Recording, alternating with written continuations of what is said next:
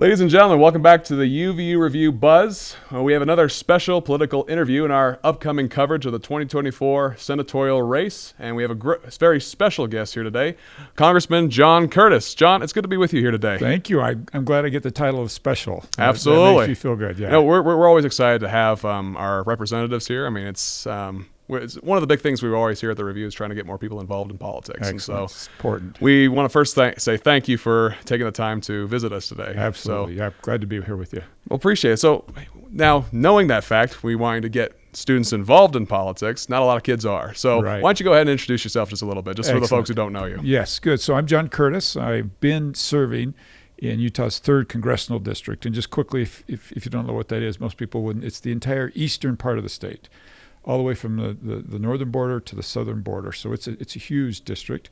And prior to that, I was the mayor of Provo. And, of course, Provo with BYU and UVU, students were a big deal. Definitely. And a lot of student issues I spent a considerable amount of time on.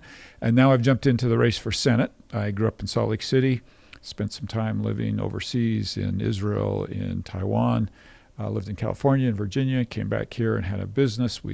I'm going pretty quick here, absolutely, but I don't want to spend too much time on this. Yeah, I had a business. We built shooting ranges, very unique. And when we sold that business, that's when I jumped in. And we used to do shooting ranges. Yes, that's really cool. What's your favorite firearm? Like, what's your favorite thing to shoot? I'm a Glock guy. You're a Glock. Okay, cool. Yeah. Are you a shooter? Oh, I love shooting. What do you? My favorite. I like skeet shooting a lot. Okay, so long gun. Oh yeah, and I'll never own it. Probably it's too dang expensive. But most beautiful rifle I've ever seen in my life, a rotary round action. It's a beautiful firearm made up in Idaho. It's like a double-barreled rifle. Interesting. When you get a chance, look it up. It's a gorgeous firearm. American-made, too, so we can always shout that out. But well, that's awesome. So let me ask you a little bit about this. So when you were deciding to jump into the Senate, I mean, it sort of seemed like we were getting a lot of mixed signals. I'm out. Yeah. Basically. Yeah. So what really finally did it in for you? Yeah. And what is it that's currently like in the House? Like, do you feel like you've done enough in the House? You want to try it in the Senate? Maybe it's another reason. Like, what was your sort of decision making on that? So let me go back to when I decided to run for mayor, because it's connected, if you don't mind. I just sold my business, and the city had been really hard on us, and literally we felt like they were trying to run us out of the city, and I felt like, you know what, we can do better than that. So I ran for mayor, and I won that election, and we turned Provo into one of the best places in the country to do business, and had a really good experience. I really enjoyed it.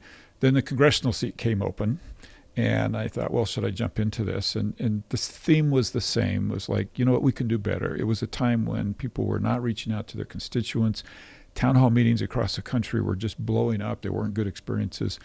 And I just felt like, you know what, we can do better. And so I jumped in and I ran for the congressional seat. And I'm proud to tell you that this year my office was rated the #1 office in the country for accessibility and accountability, 2 things that were missing at the time. So now we're to today, and the Senate seat opens up. And you're right, it was a hard decision for me. And part of that was, can we do better? And can John Curtis, can what I have that I would bring to the table be better and help this country? And listen, I don't need to tell your listeners, this is a tough time. Trust in government is low. Effectiveness is low. And as I evaluated all those things, I just felt like, you know what, we can do better, and I need to jump in and do this. So I did jump into it after a considerable amount of back and forth, feeling like, you know what, I need to do this.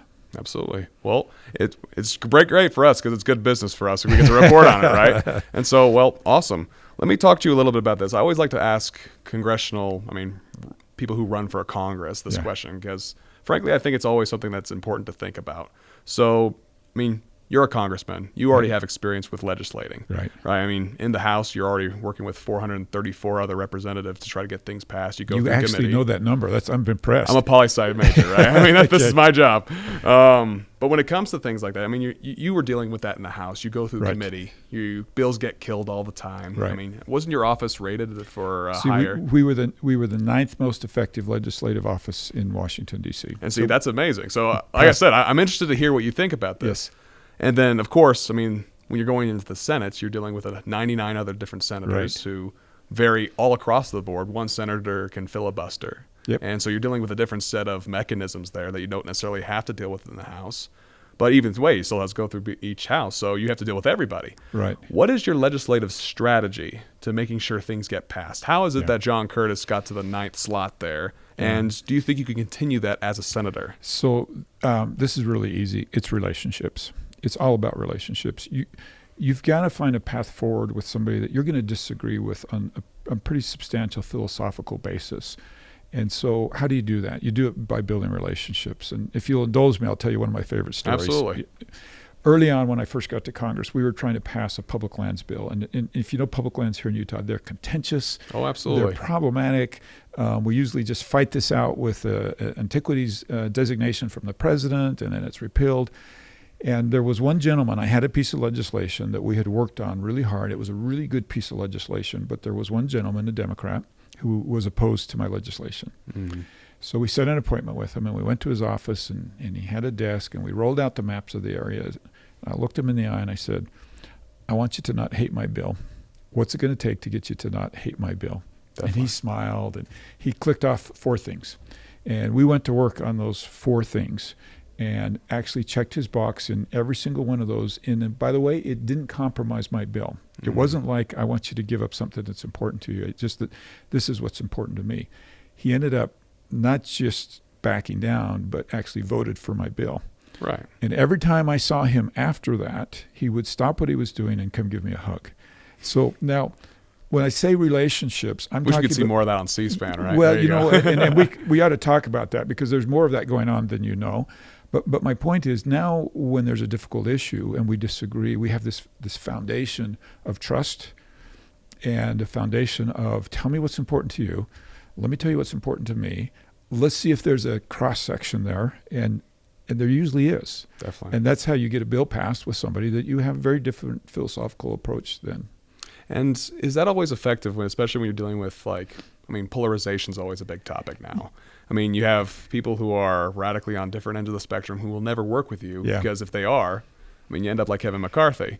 So now is that always like sort of an issue there? Where we talked about just before, where you say you won't see that on C-SPAN. Here's what people don't understand about Washington. It is true that we are highly dysfunctional.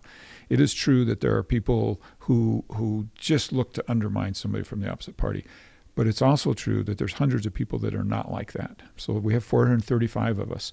And there's some on the right and there's some on the left who are on this like cycle of I got to get on the news tonight. How am I going to do that? Right. But there are hundreds of people who just wake up and say, I'm going to do what's best for my country, and they work together. And those people you can work with. And those are the untold stories that I wish we had a better job of talking about, because the reality of it is when that gentleman came and gave me a hug, that doesn't make news. Right. Had he slapped me or insulted tackled me, you, all that sort of stuff. Yeah, then now it's going to make news. And so you hear about that. You don't hear about the good stuff that's going on back there. Yeah, that's sort of interesting too, because when you go for the different interactions, right? It's like the squeaky wheel paradox, right? You'll always notice the one that's squeaking as opposed to the 3 that work, right? Right. Is it sort of similar like that in the I halls would of Congress? say, yeah, very much so. And the reality of it is there are some people that come to Congress and their whole goal is to get on the 6 o'clock news. Right. And guess what? Care to name names? Well, you just turn on the news, right? Like it won't surprise you, right? Like they're always the same people. Absolutely. And then there are some people who say, "No, my goal is to legislate. I want to get stuff done for my district," and they do. Do you think that's the voting populace maybe also has a role to play in that? Like, do you think that maybe we know what we like to be fed? That is such a good question, and I'll tell you, I keep saying this. We're rewarding the wrong behavior. So the voting populace that you're talking about, they love the guy that ends up on TV. And so they'll send him money. He'll get the TV's time. And the 2 guys that are just two men or women that are just working hard, they don't get that attention. They don't get the help with their campaigns. And I actually think that part of what's wrong right now is we're rewarding the wrong behavior. Definitely. Well, let's get right into the issues there. So, we're a student news organization. We always like to talk about issues that are going to be affecting students in the long term. When I first started out in journalism, the first article I ever published in my high school newspaper was the fact that we had just surpassed $20 trillion of debt. Yeah. That was the first article I ever published. And this is something I brought up in every interview that we've done for the Senate race so far, because I think it's something that's important. I'm thinking about my kids that aren't born, that I'm going to be handing to them. right? And so when I meet with legislators, I meet with congressmen, I meet with, people who are talking about the issue of the federal deficit. What is the strategy to actually address that? There's always strong interest groups around anything that's inside the budget. So what is your strategy, especially going into the Senate where any bill that you're being handed is originating in the House? So really good point. And by the way, for the listeners, that's 20 trillion is now 34 trillion. Exactly. And if you do the math. Yeah, that article I published was back in 2018. Yeah. Right. it's grown exponentially. Yeah, and that, by the way, that's just after I went to Congress. So just in my 6 years there, we've gone from 20 to 34 trillion dollars. And to put that in perspective to everybody listening, that's roughly $100,000 for every man, woman, and child. So I have 6 kids. I have 17 grandkids. College to be paid for, right? 1.7 million just for my grandkids, right? If I were to pay that bill. And so it's not sustainable, and we know that. And then to your point, there are all these people knocking on our door with very good things that they want government to do. And we've traditionally done a terrible job of saying, no, we can't afford that. And it's not that it's a bad project. It's like, no, we just can't afford that. So to your broader question, what do we do about it? Let me go back to we're rewarding the wrong behavior. We're not holding elected officials accountable for their votes on spending. And that has to start happening. 2, we need to do a better job. We have a very broken budgeting system. And until we fix that broken budgeting system, we're not going to really see a change. And there is hope. There's a couple things this year that have happened that I think are very positive. And so let's talk about the good news. Absolutely. For just a minute. So one, as Republicans, when we started our rules at the beginning of this year, we put a couple rules into place that everybody's talked about, but nobody's ever done. And so one of those rules is that we get 72 hours to see a bill before we vote on it. Why is that important? Is what we've done historically is they'll hand me 6,000 pages of text and then at 3 o'clock in the morning and ask me to vote on it several hours later. Well, you better believe that's just full of all sorts of spending and malarkey, right? That should Pork belly legislation. Pork belly legislation. Yeah. And they get people to vote for it because they'll come and say, hey, that bridge you wanted, it's in the 6,000 pages. Great, right? So I'm going to vote for it. So we get 72 hours to review it, which also means you get 72 hours, right? People get 72 hours to actually see. Right, a little PDF document gets shipped out. Yeah, which you get to see, and the special interest groups, they all get to see what's in there. So that's really important. We've done another thing, which is to say that we will not vote for omnibus bill this year, and that's why this budget process keeps getting extended out. Is because what we've done before is when we can't agree to it, they just send a 6,000-page bill over that's called an omnibus. Right, the big blob. The big blob. And so we're trying to hold the line and not do an omnibus bill. And you can see it's painful. We haven't done it for many years. We're not very good at it. Because the way it works with the appropriation committees, do you want to explain a little bit how that works? Yeah, so you help me here because you understand it. But to be really basic, we have 12 categories that we budget for. And the appropriations committee's job, you mentioned it starts in the House, is to put these 12 bills together, pass them through the House, get them over to the Senate. If they disagree, then you do a little back and forth between the House and the Senate, and then it goes to the president to be signed. That's what should happen. It's not happening and hasn't happened. We every once in a while we'll get 1 or 2 or 3 of these 12 out. This year, we're just really committed to getting all 12 of these, and we're not doing a very good job, which is why you keep hearing, okay, government was going to shut down, well, we pushed it out a month. Right, it's the continuing resolution. Continuing resolutions. And the hope is that this last time that we've pushed it out another month, that will actually give us time to do our budgeting. And we have an agreement between the House, the Senate, and the presidency as to top-line numbers. Now, this is what's really cool to answer your question, what we're going to do about it. For the first time in this country's history, our agreement is to spend less money next year than this year. Right. If we actually do this, we will spend less money next year than this year. Now, is it enough to cut? No. Right, because what's the deficit right now? It's like but about is it a whole lot better, right, than just increasing the deficit? So you're not going to fix this overnight. So if we can bend that spending curve and get it, to go on the other trajectory, we will catch up again. And 6 years from now, we would have the chance to say, oh, it's 20 trillion, where it was 34. Now, is that too much? Yes. Right. But it's 20, not 34. Much better, yeah. You're actually getting payments on the credit card. You're going the right direction, exactly. And so, that's something I'd love to hear your thoughts on because, we had Paul Ryan who eventually came to campus a little bit. We asked him this question. Do you think America's addicted to deficit spending? I mean, every year we have people talk about it, right? But it never seems to get done. So I would say, you just look at the facts. The answer is absolutely yes. Now, Republicans love to whine about Democrats spending, but if we're honest, trillions of that dollars was picked up under President Trump, and Republicans spent too much, even when we had the House, the Senate, and the presidency. We're rewarding the wrong behavior.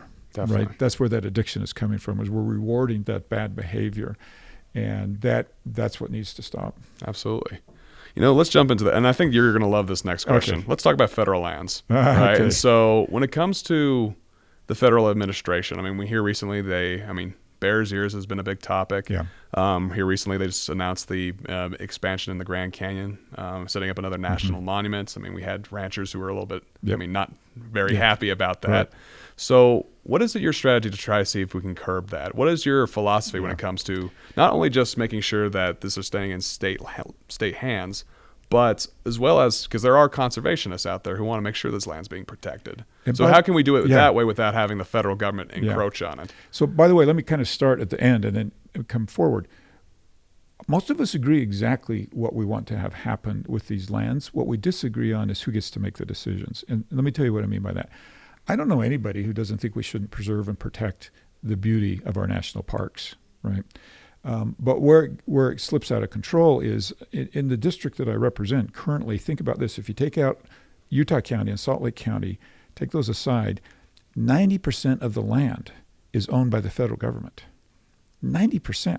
So if you're a mayor or a county commissioner and you're trying to build sidewalks and sewers and police and fire and parks, and 90% of your land does not generate income, you can see why this is a huge problem. Also, then you take the different interests. So you have extraction, you have ranchers, you have outdoor enthusiasts, you have those who would protect and preserve it. And they traditionally have come at this with what I call a winner-take-all philosophy. So I think we should extract everywhere. I think we should protect everywhere. I think we should graze everywhere. Well, that's not realistic. So in the bill that I talked about before with this gentleman that disagreed with me, let me tell you what we did, because I'm very proud of it. It's down in Emory County, the San Rafael Swell, and if any of your listeners have been down there, it's amazing. It's a hidden jewel for the state.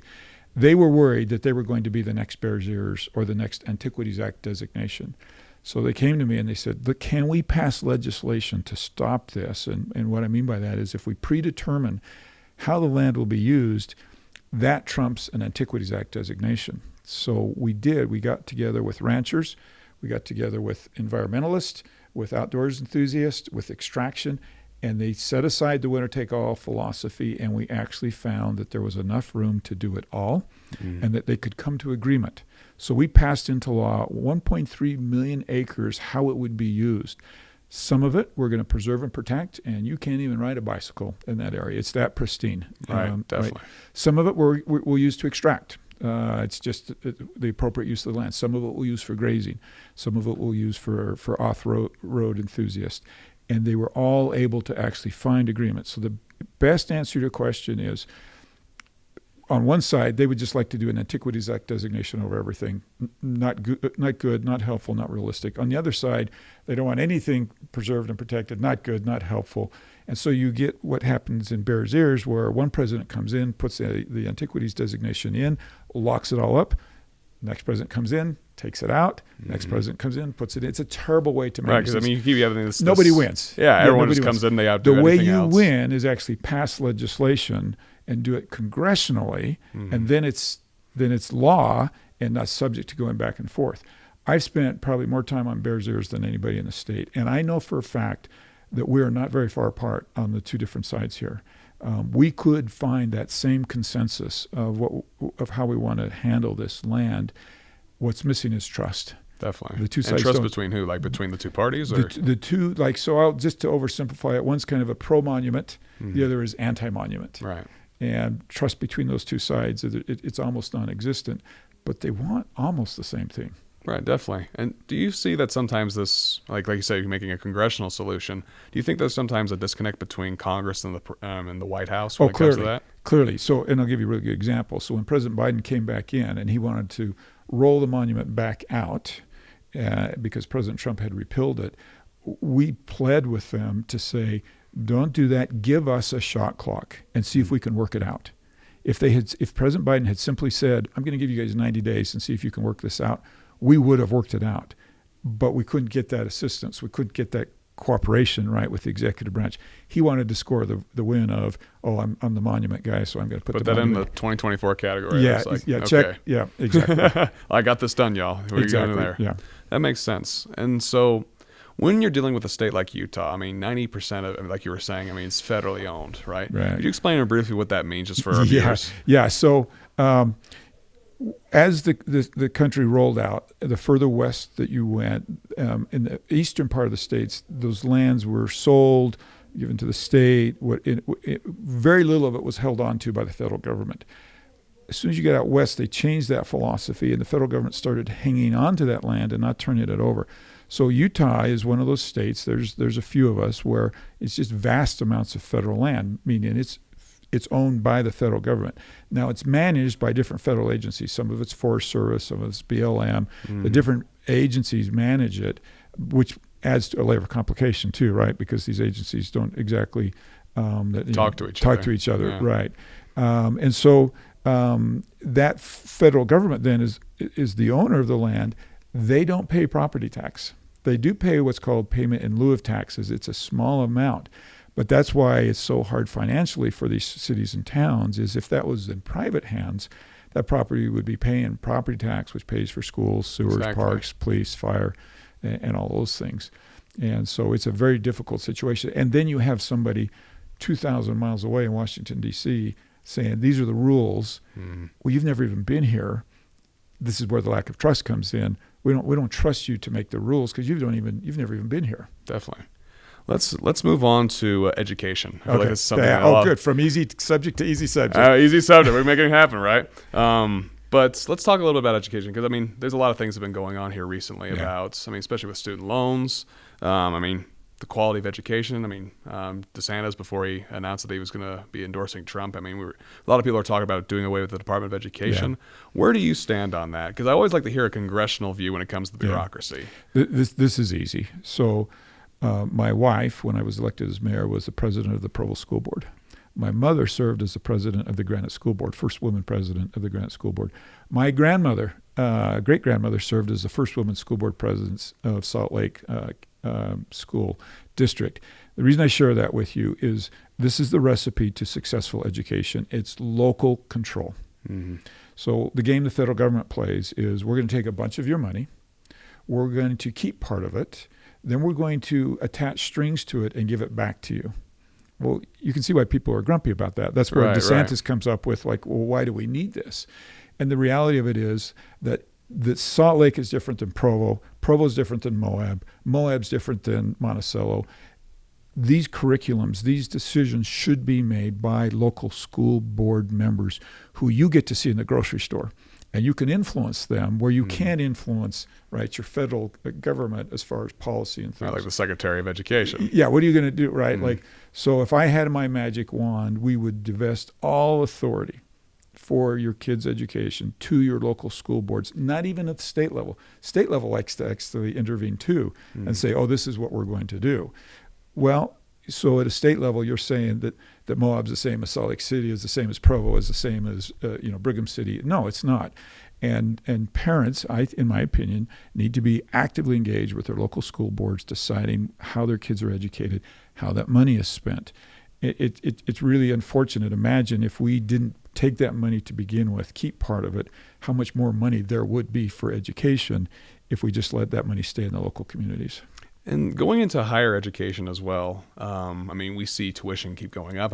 So here in Utah, there's a very unique situation. We had Governor Cox freeze tuition last semester. Before we were going on, we talked a little bit about student fees, which are coming up here at UVU. By the way, check out our coverage on that. Got to make the plug. Real quick. But when it comes to that, students are feeling the pinch. Inflation's up, gas is up, food is up. Everything's up. And then it seems like our monetary or tuition or fees everything's going up. So when it comes to the different costs that are associated with higher education, what is your strategy there to sort of try to mitigate some of those costs and try to make it cheaper for students? We literally need an hour, right? I mean, I'll condense this, but this is a really big question. It's been a few years since I was in college, but when I was there, this is what my professor taught me. Inflation is a result of too much money chasing too few goods. So what have we done as a federal government? We've turned on this faucet of spending. Trillions and trillions of dollars. We're giving people $1,400 like it's like there's just money coming growing on trees. And at the same time, we're restricting supply chain with overregulation. Of course, there's going to be inflation. So from a federal level, the best thing that I can do is pull back on the spending and relax the regulations. And when people hear relax regulations, they tend to think, oh, you're saying, right, that we shouldn't have environmental protections. That's not true. We have so many regulations that they're just duplicative, right, that don't really accomplish anything. And we need to pull those back and free up the supply chain. That will bring prices down. That will do more for students than anything we can do. Because not just do you have fees, but imagine students that are trying to buy their first home and they're paying 8% for an interest loan. That is killing you.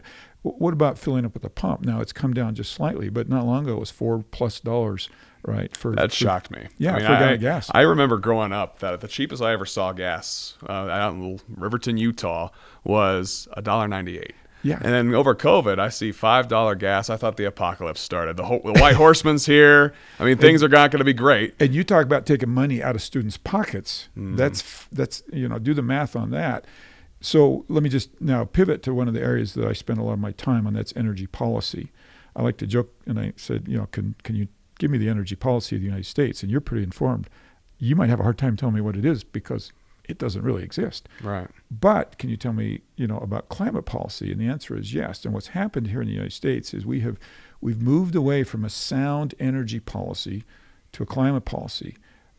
People that know me know I want to reduce emissions as much as anybody, but we're making some serious mistakes on our energy policy, which is driving these prices up and causing not just gasoline, but home. Let's go into that a little bit more because I remember you've sort of been described as sort of like the conservative-leaning climate change. I'll actually activist. say the word climate. I'm a Republican. Exactly. Yeah, shocker, right? Like, I mean, this is something that's really known about you. Yeah.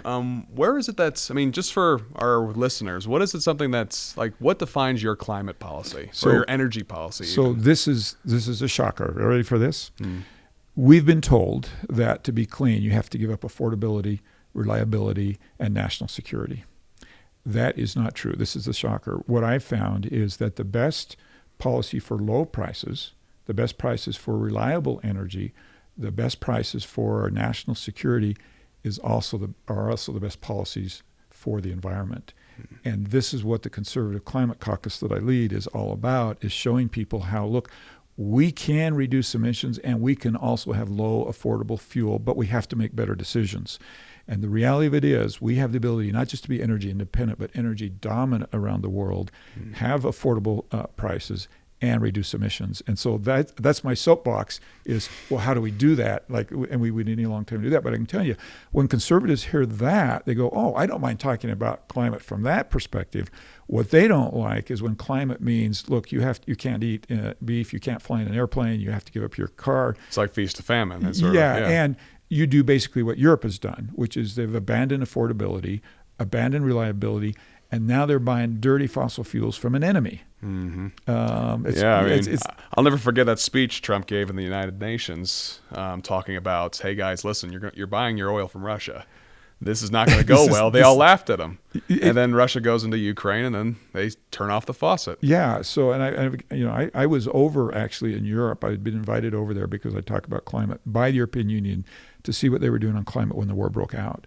And I saw them go from before the war broke out, a couple days before, to a couple days after, and it was as if their eyes had been opened. The emperor has no clothes. We have made some serious mistakes on energy policy because we thought we had to give up affordability, reliability, our national security to be clean, and that's just not true.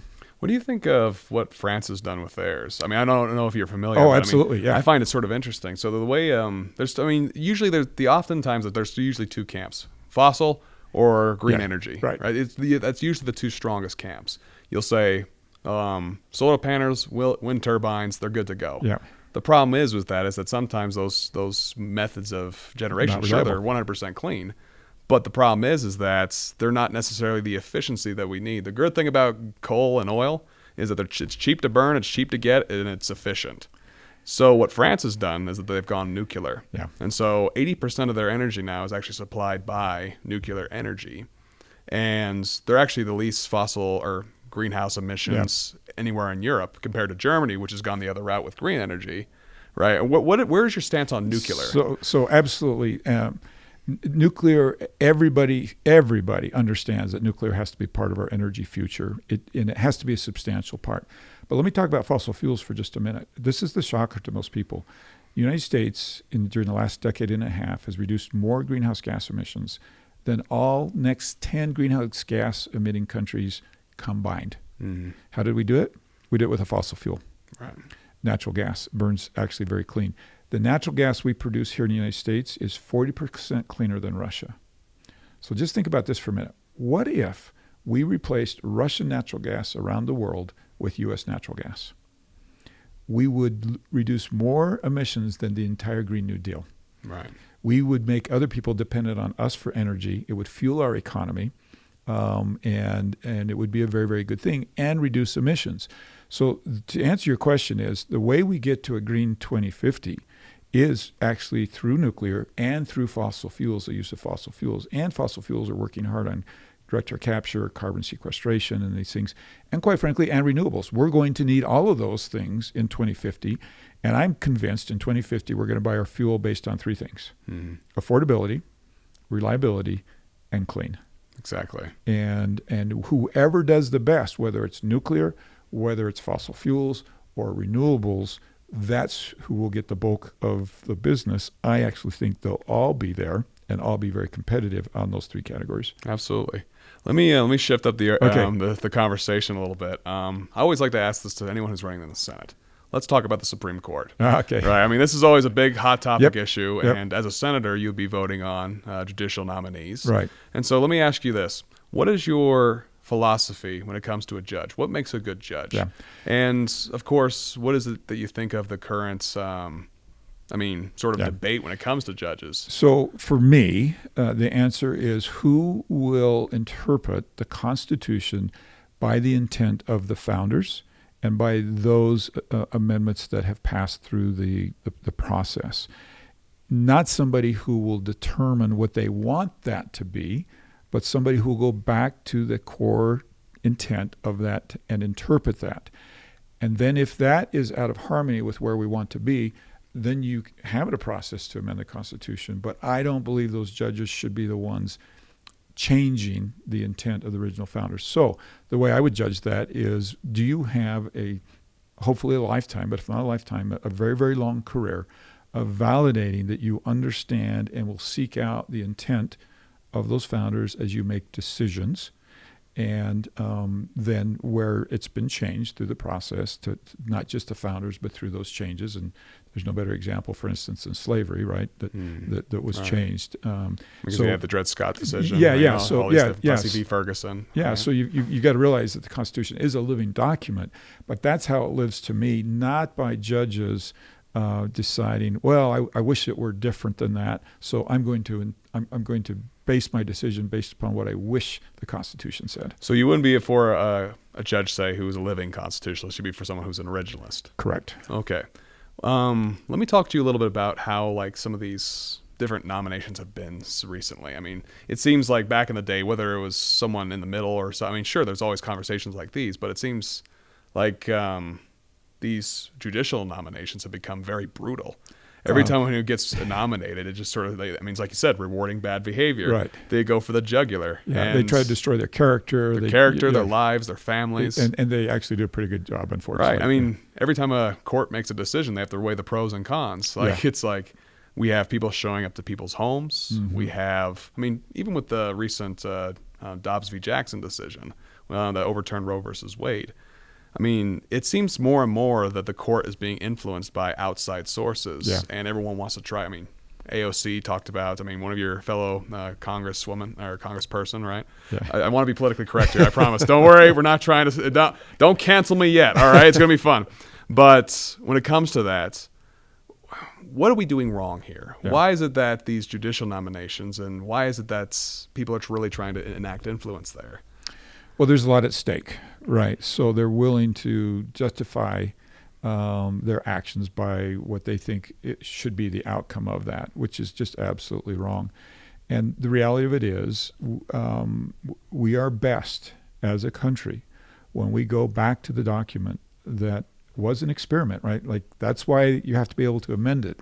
It's not perfect, but it's the best Constitution that's ever been produced in the history of mankind. And if you look at the fruits of that, it's been fabulous for mankind. Not perfect, but fabulous. And so all of these attempts to circumvent that, and it comes in a lot of forms. Even the threat of adding additional judges, to me, is trying to undermine the court. And you have people who say, "Oh, that decision by the court undermines the court." And I think, really? Right? Really? It's circular logic. It's circular logic. No. And if you go back to the Dobbs decision, what they decided not was whether or not abortion should be legal or not. What they decided was that when they wrote the Constitution, there was no guaranteed right to abortion. Okay, that's a different decision than should we have abortions. Now, because the Constitution doesn't guarantee that right, it defaults to lawmakers to make that decision. That's good, right? That lawmakers are accountable to the people to make that decision. And so far, that has been done on a state basis. You could have a conversation about would it be done on a federal basis. But what's really interesting is you see around the country these decisions being made, and people are holding their lawmakers accountable for their decisions about this. That's good. Definitely. Do you think that with decisions like these that come up, I mean, because there's the one thing that scares me, right, is this decision that's pending at the Supreme Court about whether or not President Trump will be on the ballot or not. Oh, yeah. Okay. Right. I mean, that's something that scares the crap out of me. Yeah. Like, I mean, here's the thing. Decision drops, right? We saw what it did at Dobbs v. Jackson. Yeah. Right. And it seems that no matter what they decide, it seems like somebody's going to be angry. So I'm hoping, we'll see if I'm right, that there are a lot of people who would not like to see Trump on the ballot who have acknowledged this is an inappropriate use of the courts. And so I'm hoping that it wouldn't cause the kind of disruption, because I think most people understand this has been a political move. And say what you want about President Trump, right? That's another podcast. but Colorado started an inappropriate use, right? An overuse of the judicial system. So I would hope that even the people who don't like Trump would stand down on this and realize, okay, the right decision was made here, because the people should decide if he's the next president, not the courts. Definitely. Let's as we start to wrap this up here, I want to ask you a little bit about your campaign. Sure. And so, I mean, at the moment, there's 4 major candidates in this race, right? We've interviewed 2 of them, now 3. Thank you for that. We have Carolyn Phippen, we have Trent Staggs, we have yourself, we have Brad Wilson. I mean, why are you the best candidate to be the Republican nominee, right? Because, I mean, here's the thing. We live in Utah. Yeah. I mean, not to offend Democrats out there, but, I mean, by all means, if you're willing to come on the show, please. But when it comes to that, it's very hard to win in the state as a Democrat. Right. And so when it comes to this primary or this caucus, a lot of people are looking at this like whoever wins this is going to be the next senator. Right. So why is it that not only are you going to be the best Republican nominee, but why are you going to be the best senator? Yeah. Like, why should people pick John Curtis? So I'm going to give you 3 reasons. Perfect. First of all, I hit the ground running. Most people don't realize this. I actually carry my seniority over from the House.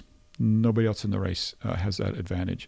I bring a staff that's trained, that understands Washington, that understands how to do a public lands bill. And I will say constituent services. That's something that I find very important. Yeah, and we were rated number 1 for constituent services. I bring all of that with me on day 1, and we start with experience. I understand how to legislate. I understand how this works. And I bring relationships. We talked about relationships before. You know, these people in the Senate started in the House. I got to know them from that. I've traveled with some of these senators. I bring these relationships. So that's reason number 1 is we hit the ground running. Reason number 2, I'm good. And I'll just say it. Okay, no, I appreciate that. I'll just say it, right? Like, we're very effective. We get things done. We move the needle, and not just in small ways. And we've shown leadership. Like, nobody would have advised me to jump into climate, but we've shown leadership on very hard issues. and in a significant way. We've passed meaningful legislation, and we're very good at that. You mentioned constituent services. And then the third reason is we're very, and I say we because this is a team, but me, I'm very Utah focused. And if you look at the legislation we've passed, almost every single one of those bills was a problem a constituent brought to us that we solved.